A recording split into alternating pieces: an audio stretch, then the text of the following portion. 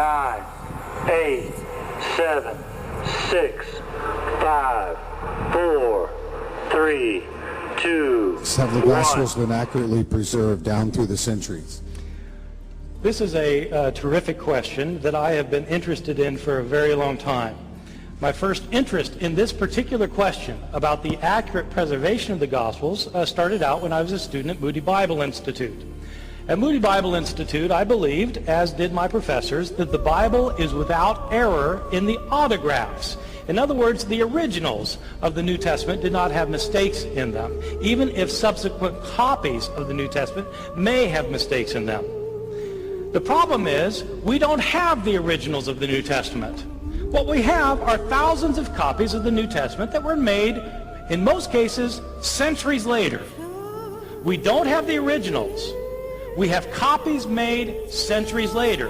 These copies that were made centuries later contain numerous mistakes, thousands of mistakes, tens of thousands of mistakes, hundreds of thousands of mistakes. This was a problem for me at Moody Bible Institute, and I decided that I wanted to learn more about the Greek manuscripts of the New Testament.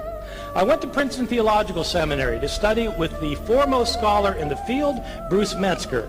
I devoted years of my life to this study. This has been the core of my research for the past 30 years. At some point, I came to the realization that my belief in the inerrancy of the autographs didn't make sense. If God inspired the Bible without error, why hadn't he preserved the Bible without error? I couldn't think of a good answer then, and I still can't think of a good answer now, even though I think I've heard every answer ever proposed. I couldn't any longer believe that God had inspired the originals because I was sure he had not preserved the original. Let me tell you now what I think about this entire situation, which is that we cannot know whether the Gospels have been preserved accurately through the ages, and I'm going to try and illustrate with you by explaining how it worked. Take the Gospel of Mark. Whenever Mark was written, say it was written in the year 65 or in the year 70, in the city of Rome, say, I don't know where it was made. Whoever wrote Mark put it in circulation, and somebody copied the Gospel of Mark. Then somebody copied that copy, and somebody copied the copy of the copy, then somebody copied the copy of the copy of the copy of the copy. And we don't have any of those copies. Everybody who copied the text made mistakes. Our first surviving copy of Mark probably dates to around the year 220 AD. That is, 150 years after Mark was first produced. Our first complete copy of Mark comes from the year 350, about 280 years after Mark. We have lots of copies from later times. From thousands of years, 1,000 years after Mark, we get lots of copies. When you compare all of these copies with one another, they all differ from one another. And what is striking is that the earlier you go to look at the manuscripts, the more differences you find. The earliest copies have the most mistakes. What would happen if we found copies that were still earlier?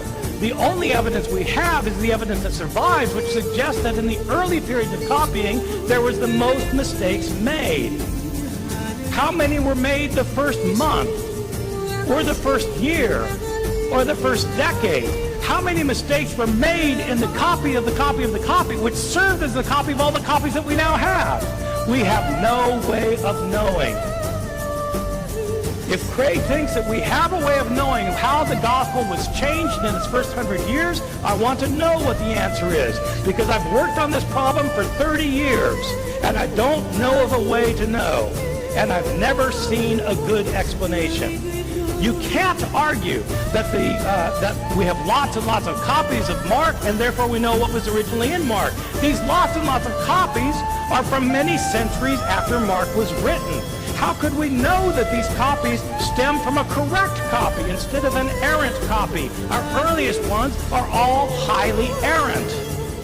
Sometimes you will hear Christian apologists say that the New Testament is the best attested book from antiquity, and therefore you can trust it. It's true it's the best tested book from antiquity, but the attestation is all from 1,000 years later. It doesn't make sense to say that you can trust it because it's well attested. If the New Testament was well attested, then you could say what the New Testament originally said. Whether you should trust it or not is another question.